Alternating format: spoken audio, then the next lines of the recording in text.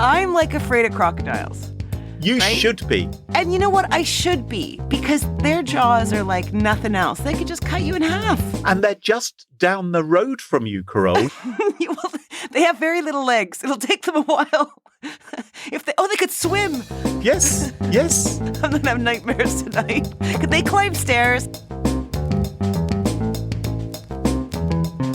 Smashing Security, episode 391, The Secret Strava Service, Deepfakes, and Crocodiles, with Carole, Theriault, and Cluley. Hello, and welcome to Smashing Security, episode 391. My name's Cluley. And I'm Carole, Theriault. Carole. Yes? Hello. Uh-oh. Are you leaving the show? No. The AI fix isn't quite that popular yet. So, no, still... Can we bleep out the name? Why would you want to bleep out the name? I don't know. You get a lot of mentions. Well, I don't know that we do. Not as many as Sticky Pickles gets. What? Would you like to say the AI fix? No, but I'd like to kick off this show and thank this week's wonderful sponsors, 1Password, BlackBerry, and Vanta. It's their support that help us give you the show for free. Now, coming up in today's show, Graham, what do you got? I'm going to be talking about striving for security. Okay, and I'm going to be asking whether we are deep faking our way into a hole. All this and much more coming up on this episode of Smashing Security.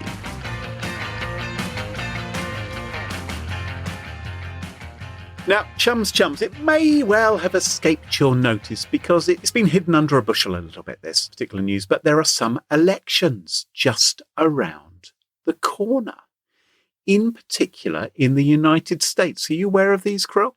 Oh, yes. My story touches upon them as well. Because it's big news and it has a global impact on whatever happens. So I think everyone's watching it and paying attention to it. So apologies if you're bored up to your eyeballs of hearing about the election, but it's a big deal. So Kamala Harris and Donald Trump, they're oiling themselves up in readiness for their tussle, which is going to be occurring on November the 5th. It's not WWE, dude. Well, maybe it is. As we know, it's very, very close. The two candidates, very close in the polls. It's hard to predict the result of the election at this point. One thing we can be absolutely certain of is that Donald Trump will be announcing that he won within hours of the polls closing. So Joe Biden, Donald Trump, Kamala Harris, these are the very, very, very important people protected by the Secret Service.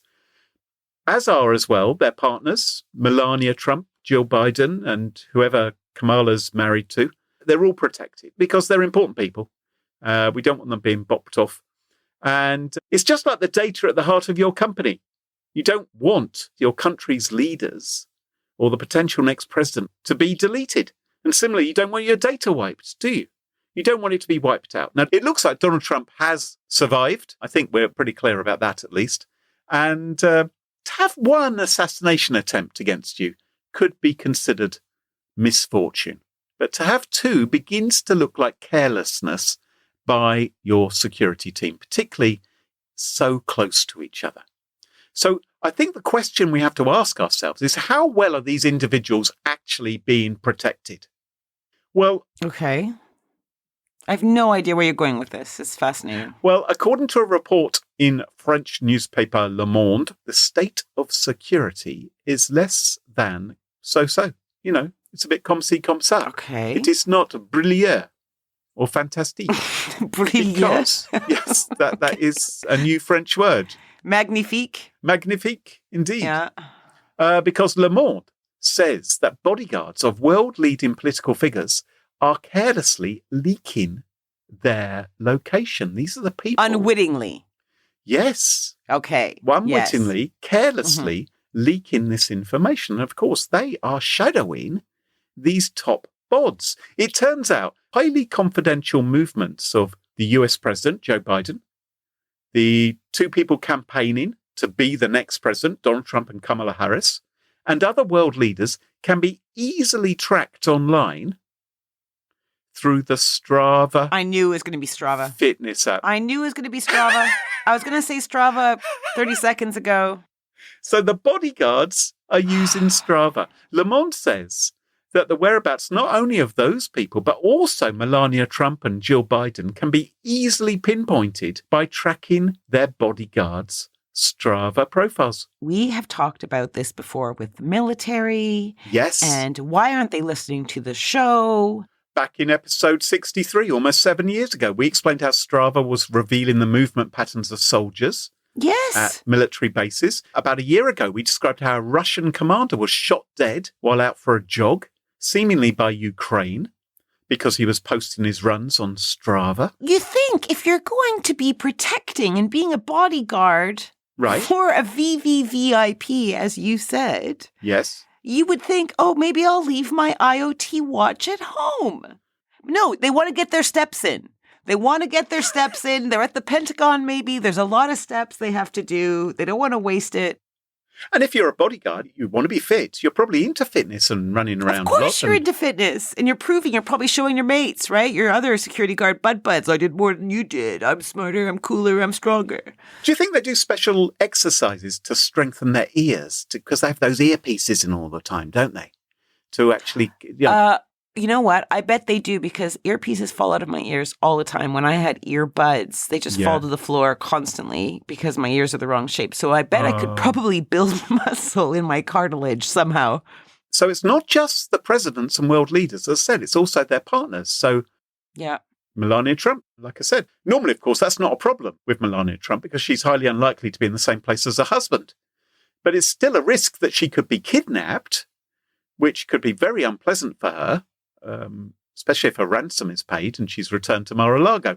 So, you don't I was just going to say, I'm sure she has security, but then, there's a catch-22 there. Yeah. They're probably quite hunky, I would expect. Yeah, with their Strava watches. So Strava, for anyone who doesn't know, it's the athletic social network. So rather than showing off your perfect life and your cronuts that you're eating, you upload details of your workouts and exercise regimes and compete against others to see who can do a circuit the fastest.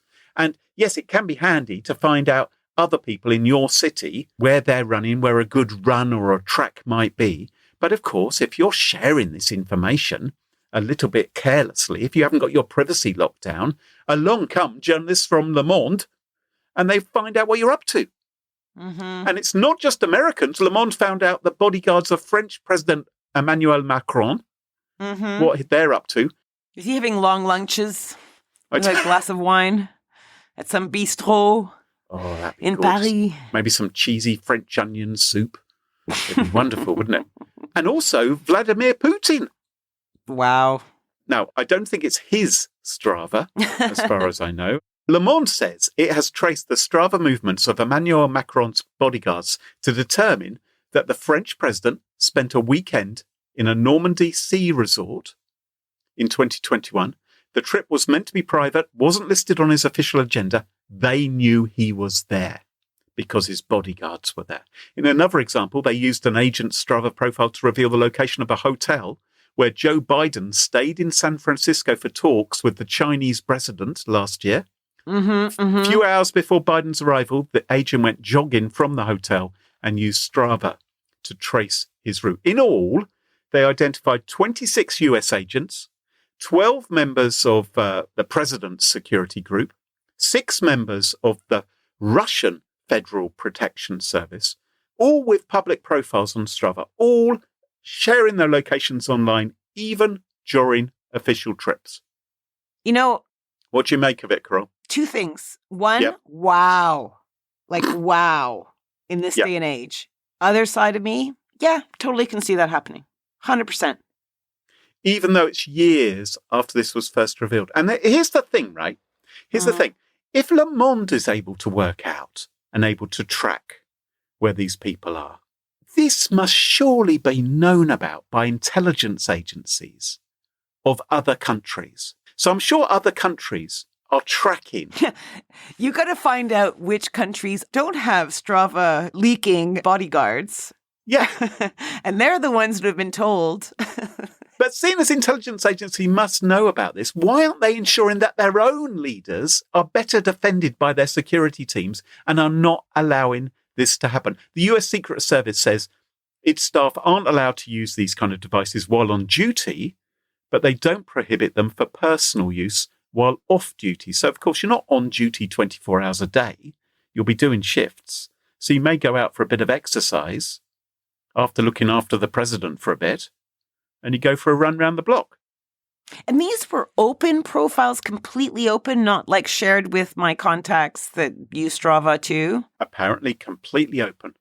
And I wonder if that is actually not done on purpose, but actually just because a lot of these things, the config options are difficult to set up, right? I was wondering whether this is actually a crafty scheme by the bodyguards to send attackers off the scent. Are they actually attaching their Stravas to like a dog or something, or a kid on a skateboard? God, he's moving fast. Yeah. Was this a greyhound? Wow. What's he doing going around that lamppost so much? Carole, what's your story for us this week? I decided, for better or for worse, to cover deepfakes this week. Oh. Part of the reason is because the topic is rife in the news at the moment. Mm-hmm. Guessing because of the upcoming elections in the US of A. Yep. Deepfakes are a big effing deal. Deepfakes are ranked as a top global risk in 2024. You know, this is all according to the World Economic Forum. Okay. So I was happy to see some non-partisan-y public service announcements in the US this week warning people about deepfakes trying to dupe you into not voting. So we've got a series of celebrities here sat at a desk telling us to watch out for AI, and occasionally their faces go bzzz, like there's a bit of interference or something. Artificial intelligence has gotten so advanced. You probably can't tell that some of us aren't real. I'm definitely real. And that's a problem. Because this election, bad actors are going to use AI to trick you into not voting. Not voting. Luckily, we already know what they're going to do. They'll use fake phone calls, videos, or messages to try to change when, how, or where you vote. For example, a fake message saying, voting has been extended. Or your polling location has closed or changed due to an emergency. Or you need new documentation to vote. These are all scams designed to trick you into not voting. Don't fall for it. Do not. What do you think? What do you make of it, Clue? The first thing is that what Michael Douglas looks like these days? I wouldn't have recognized Michael Douglas. He's an older gentleman. Well, no, I know he is. I know he is. But okay. I wouldn't recognize a lot of these people. Even when they put their names up, I'm not actually sure they are. But I guess... You're not in the States, though. I'm not American. That's true. That is... Orlando Bloom, I don't recognize him without a bow and arrow.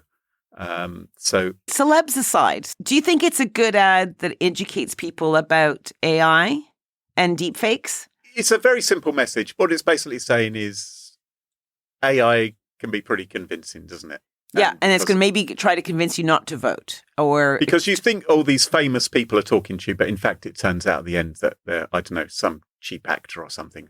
Well, you see, that was my kind of problem with it. So a lot of people have lauded this as a really great ad. And yes, okay, I think it's great that we're educating people. Yeah. But it's a long ad. It's like a 1 minute 37. Yeah, it's too long. Listeners, you didn't hear it all. Yeah. And I worry that people will lose interest halfway through because people's attention spans are like those of gnats. And it's only at the end of the ad that they kind of explain how deep fakes work and how someone can appear to be someone else, et cetera, et cetera. But for the first minute or so, the deep fake effects are a bit Max Headroom-y to my mind. Yeah. And I wonder if people are going to look at that and go, oh, so if I see something glitch, it means it's not real. Oh, I see. And of course, yeah, chances are deep fake isn't going to be that obvious. But I get the problem though. Like, how do you show how effective deep fakes are by showing a person that looks so real? Yeah. And the thing is, we are pretty crap at telling what a deep fake is and what a deep fake is not, or what a real person is. According to a new study by Utah Valley University, 56%, so more than half of U.S. test subjects couldn't tell the difference between deep fake and real content. And that's something that the senior project analyst said was a bit of a surprise. Quote, one of the questions we've been asking is when deepfakes are going to get good enough that they're actually convincing. The day is today.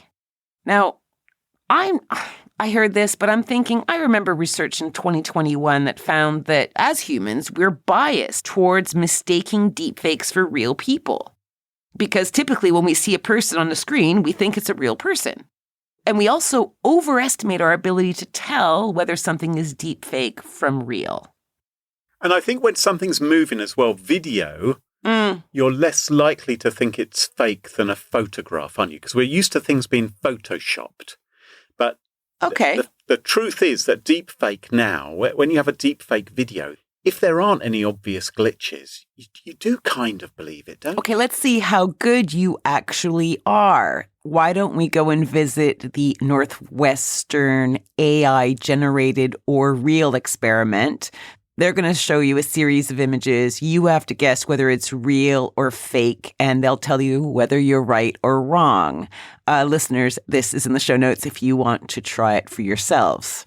So if you see my link in the show notes there. All right. So I've got to this page where it's showing me a photograph and it's asking me, is this a real image? So I've got a picture here of six people, far too attractive. Well, I can tell they're not English, first of all, because their teeth are too good. These are probably Americans, I'm expecting. In fact, they're all far too beautiful. So I'm going to say this is fake. This is because he looks in the mirror every day and can't imagine that people would be that good looking. Oi. Were you right or wrong? Okay, I'm going to say fake. I'm going to click next. Oh, I was right. Okay. Okay, next. All right. Here's a chap who's sort of doing some kind of exercise on some stone steps. He looks very uncomfortable. His legs look a bit weird. Hang on, those arms. I'm not sure. But I'm going to say fake. Okay, fake. Okay, it was a real image. I've gone wrong already. So I've got a 50% hit rate. It's the same as me. That's exactly what I got. The second image I got, I was like, this is definitely real. I really looked at it. I was wrong. Okay. So misleading deepfakes are, I think you and I agree, a seriously big problem. Mm-hmm. So what do you think a particular wing of the Pentagon might want to do with them? With deepfakes? Yeah. Why would a counter-terrorism group within the U.S. Department of Defense, the DoD, have on its wish list the ability to create deepfakes?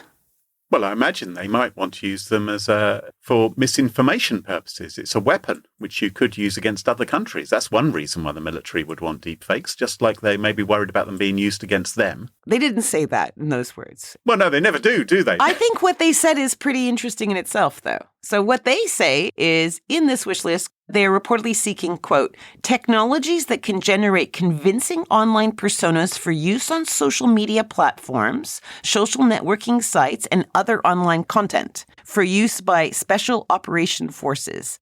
This solution, they add, should include facial and background imagery, facial and background video, and audio layers. The point? Use this capability to gather information from public online forums. To create sort of like sock puppets or things, or fake accounts. To flood social media with these AI bots to interact, I imagine, with people to try and get real information from real people. But how are they going to know they're not talking to another bot? Yeah, and aren't they a bit late to the game here? Have they been on Twitter lately? I mean, it's mostly populated by bots, isn't it? So why are you still there? But I'm clinging on by my fingernails. To the bots' numbers, yeah. No, I am still there at the moment, but oh my goodness, using it less and less. I was thinking, like, what would social media companies say to this, right? To have their, like, media platforms flooded with bots. But then I suddenly occurred to me, maybe they don't care at all because they can just say, oh, well, that person or that account viewed this many ads, pay me. Absolutely. If the bot goes about attempting to appear authentic as a user, exactly, it will be clicking on ads or it will be interacting with them or it will be replying. And so the advertisers, they're going to find it more and more difficult to tell if someone's a human or not. Exactly. They're going to have all these profiles of like beautiful people. Yes. Between the ages of 19 and 29. Okay, so what is the solution here? What is the solution? So I went around looking around the internet and I found a few cute things. So one was from We Forum. We Forum? We Forum, yeah. That's a community for people who enjoy... Okay, carry on. I didn't even see that. Can I honestly say I didn't even... So they list 4 things. So number 1, they say technology. That's really important, right? So basically detection systems to help identify whether something is real or not real. The problem with anti-deepfake tech, if I can call it that, is the false positive thing. So if they get one wrong, a user might get duped. Yeah, it's going to make mistakes in both directions. It will incorrectly say legitimate photos and legitimate videos are faked and vice versa, I would expect. Of course. Number 2, policy efforts. So regulation, right? And they're talking about needing a global stance because obviously deepfakes don't respect geographical borders. Yeah, but everyone's going to respect regulations. I mean, that's how the internet works, isn't it? Everyone play by the rules. No, but I, for example, would like it if an artist is selling a piece of work, they can say AI generated versus not. It'd be nice. Or if a company was saying, hey, look at all this imagery, it could be AI generated or not. Or is that crazy of me? No, that would be great. Good luck with that, would be my response. Yeah, sure. But even if 80% follow it, it's going to be way better than now. Mm-hmm. Number 3, public awareness, which is, basically why I'm talking about it now and why we're seeing public service ads warning people, because the more you can look at these people and realize how easy it is to fall over, like you saw Graham and I do, the more careful you might be. And number 4 is having a zero trust mindset, Graham. Yes. So they write that the zero trust approach in cybersecurity means not trusting anything by default and instead verifying everything. When applied to humans consuming information online, it calls for a healthy dose of skepticism and constant verification. And they go on and they say zero trust mindset will become an essential tool to distinguish between what is authentic and what is synthetic in increasingly immersive online environments. So, okay, wow, right? Basically, they're saying trust no one, right? And that's great for society. Super cool. Actually, Graham, I'm not even sure you are who you say you are. Like, I haven't, I know I've met you 1,000 times, but I think healthy skepticism and with zero trust mindset, maybe you can fire over 2 pieces of official ID so I can verify your identity. And how do I double check every email, every comment that I read? Do I fact check everything I read in an article every single time to make sure it's from a trusted source? Are we really thinking people who are browsing TikTok or scrolling on Instagram are going to, I don't believe this video. I don't believe this video. I'm going to spend... No, they're just going to laugh at the cat doing somersaults. You see, I have no problem people looking at cats doing somersaults on socials. That's probably what they're for. I do want to, say, be cautious about getting news from those areas. Yeah. Because maybe getting news from nonpartisan news organizations that are held accountable when they get facts wrong and may have to face, litigation if they are libelous or don't admit to their mistakes means they have a requirement to try and present the news as most honestly as they can. And it's just depressing. MIT Lab says, look, this is how you can actually do this. Look at the face, look at the cheeks and forehead, look for moles and eyes and eyebrows, and do shadows work? Like you and I got fooled on the second one. Yeah. Look, it says pay attention to blinking, Like, aren't you going to look like a weirdo if the person's actually real, right? So the person's on the screen and you're sitting there scrutinizing their moles and looking at their teeth and their hairline. In Mission Impossible, they wear those masks and you sort of grab them by the neck, don't you, and try and rip it off. That's what's going to be happening. We'll be going up to people in real life thinking, you might not be real. It's like Santa's beard. Yeah, you're going to pull it just to see if it's actually Santa. Yes.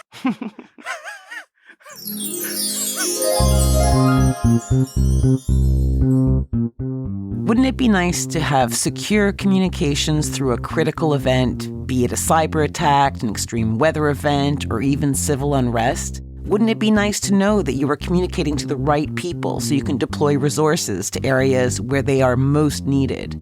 And wouldn't it be nice to have all this delivered out of band so there is continued communication even if your own infrastructure is compromised? The answer is yes. Yes, it would. Say hello to BlackBerry's Secu Suite. Certified to meet the highest security requirements, Secu Suite protects against threats to enterprise and local and national security by enabling secure communications on conventional mobile devices. With BlackBerry's Secu Suite, employees can make secure phone calls and exchange secure messages, including group chats, on the devices that they already carry. How cool is that? Find out more at smashingsecurity.com/BlackBerry. And thanks to BlackBerry for sponsoring the show.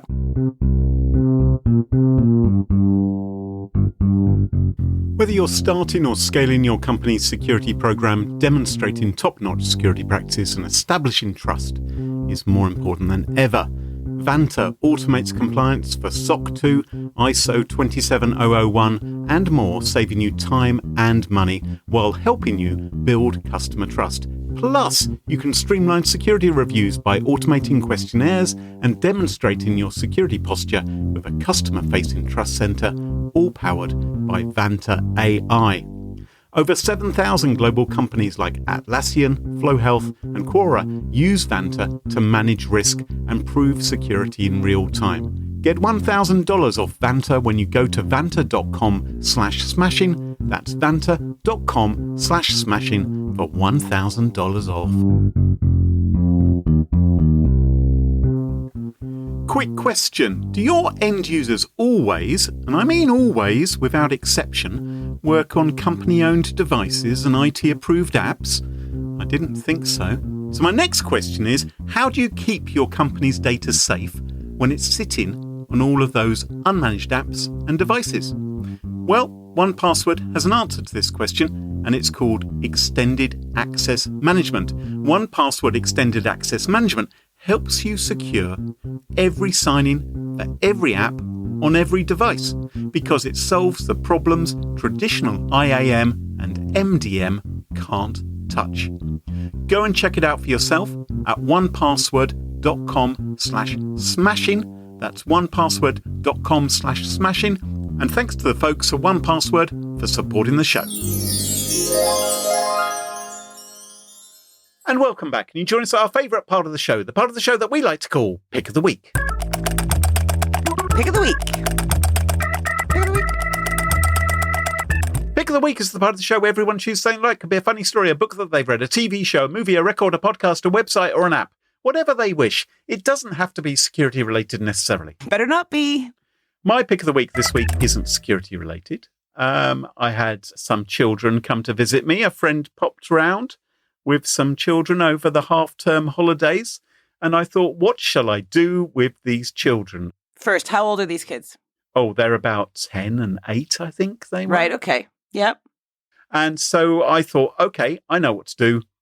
I'm going to take them to see the crocodiles. Oh. And so off we went to this place near where I live in Oxfordshire called Crocodiles of the World. I have seen that sign every single time I've driven that road. Have you never been? I've never been. Have you been before this? Yes, this is my second trip to Crocodiles of the World. They have an extraordinary number of crocodiles, and they feed crocodiles. I'm not quite sure what they're feeding them. Probably not human-legged. Well, or 8-year-old children. But they basically dangle food above a huge swimming pool full of crocodiles, and these crocodiles leap into the air. Jesus. They probably leap about 2 or 3 meters into the air and go with a great big clack. You know how people say, oh, I'm afraid of spiders, or I'm afraid of bees, right? I'm like afraid of crocodiles. You should be. And you know what? I should be, because their jaws are like nothing else. They could just cut you in half. And they're just down the road from you, Carole. Well, they have very little legs. It'll take them a while. They could swim. Yes. And I did. I'm going to have nightmares tonight. Could they climb stairs? So the average strength of a human bite, right? Imagine you're a ventriloquist, right?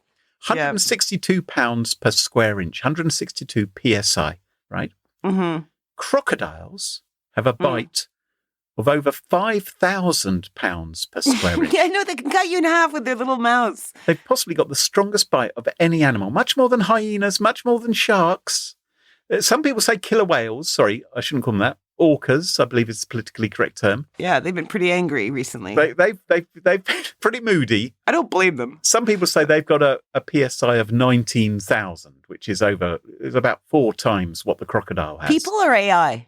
No. This is a BBC News report I was reading. Okay. I was an investigator, so I trust them. Now, I don't know how you measure the bite of an orca killer whale, or indeed a crocodile. Jump in next time and see if it hurts. I can tell you the crocodiles have got a loud clack on them. Mm-hmm. I don't know if it's cruel. Maybe it's cruel to keep them in captivity. To be honest, I don't think these crocodiles would survive in England if they weren't in this particular environment. And it seems like they're fed quite well. Anyway, if you're on a half-term holiday with your kids, go check out Crocodiles of the World in Oxfordshire. I went there. And the kids loved it. They did. They'll probably have nightmares tonight, though. Carole, what's your pick of the week? Okay, for this week's pick of the week, I would like you all, Graham, darling listeners, all of you, to stand up if you can. Now, obviously, don't do this if you're driving or up a ladder or having sexy times. If you're having sexy times and you're listening to this show, all I can say is, wow. Okay. Jeez. Now, if I stand up, I'm going to be further away from the microphone. That's okay. Right? We can still hear you. You can still hear me. Okay. So I'm going to count you in 3, 2, 1, go, and I'm going to explain first what you're going to do. Okay? Yeah. I want you to put your hands on your hips, and I want you to stand on one leg for as long as you can, kind of like a flamingo, but the other way. So you're bending your knee the normal way, not like the backward way flamingos do. Oh, yes. Okay, yes. Okay, and there's no cheating. Do you want to put your video on so I can see you? Because then I'll know if you're cheating or not. Yeah. Okay, I see you perfectly. Yes. Hi. All right, so hands on hips, eyes open, timer start when I say go, and it's going to stop if I see, Graham, your hands move from your hips or you lower your foot, okay? Okay, ready, spaghetti? Okay. Fascinating 3, radio. 2, 1, go. 1 Mississippi, 2 Mississippi, 3 Mississippi, 4 Mississippi, 5 Mississippi. How's it feeling? Well, I'm a little bit wobbly. It's a little scarier with you doing the countdown like this. 11 Mississippi, 12 Mississippi. You're doing very well. 13, 14. Is your foot up? I can't see your foot. Yes, it's up. Is it just above the ground though? No, it's like perpendicular. Okay, good. I look like a number 4. Yeah. You're doing amazing. Okay, still standing. How long do you think you can go? You think you can go all day? Well, I'd rather not, if that's all right. So you don't have an issue. This is very excellent, Graham. I'm really impressed. I'm still doing it. Okay, and I'm just checking your age. Okay, you're fine. You're fine. Graham, you've passed. You have passed. Congratulations. Okay, all right. Putting my foot down. Well done. So what we were doing, everybody, is, according to the NHS, apparently balance more than any other activity changes with age. And scientists have reportedly said that it might be because it uses so many different parts of the brain and the body at once. Like you've really got to focus. So you held it for seconds. What should you be aiming for? Right. So if you're 18 to 40, you should be aiming for 43 seconds. That's me. 40 to 49, 40 seconds. Right. 50 to 59, 37 seconds, which you did, Graham, easily. I could have done longer. 60 to 69, 30 seconds. Yes. 70, 79, 19 seconds. And over 80, a little over 5 seconds. So it really drops between 70 and 80. Doesn't it? Oh. So if you didn't perform well, listener, don't worry. You can improve your balance. And my tip, is practice while you brush your teeth. Yes. Right? Because you'll see a huge difference in a mere week or two. That's how I got my balance going. And chances are people have one stronger leg than the other as well, don't they? So you need to switch it up a bit. I didn't tell you to use your left leg because I know that would have been much harder. Well, actually, I did use my left leg. Oh, did you? Yes. Oh, yeah, it was mirrored. Okay, anyway, that's my pick of the week. Standing on one leg. No, I am not desperate for pick of the weeks. Please, nobody send me any good ideas ever. Please, thank you. And that just about wraps up the show for this week. You can follow us on Twitter at SmashInSecurity, no G, Twitter won't allow us to have a G. And don't forget to ensure you never miss another episode. Follow Smash Insecurity in your favourite podcast app, such as Apple Podcasts, Spotify, and Pocket Casts. And ginormous thank yous to our episode sponsors, Fanta, BlackBerry, and 1Password, and of course to our wonderful Patreon community. It's thanks to them all that this show is free. For episode show notes, sponsorship info, guest list, and the entire back catalog of more than 390 episodes, check out smashingsecurity.com. Until next time, cheerio, bye-bye. Bye.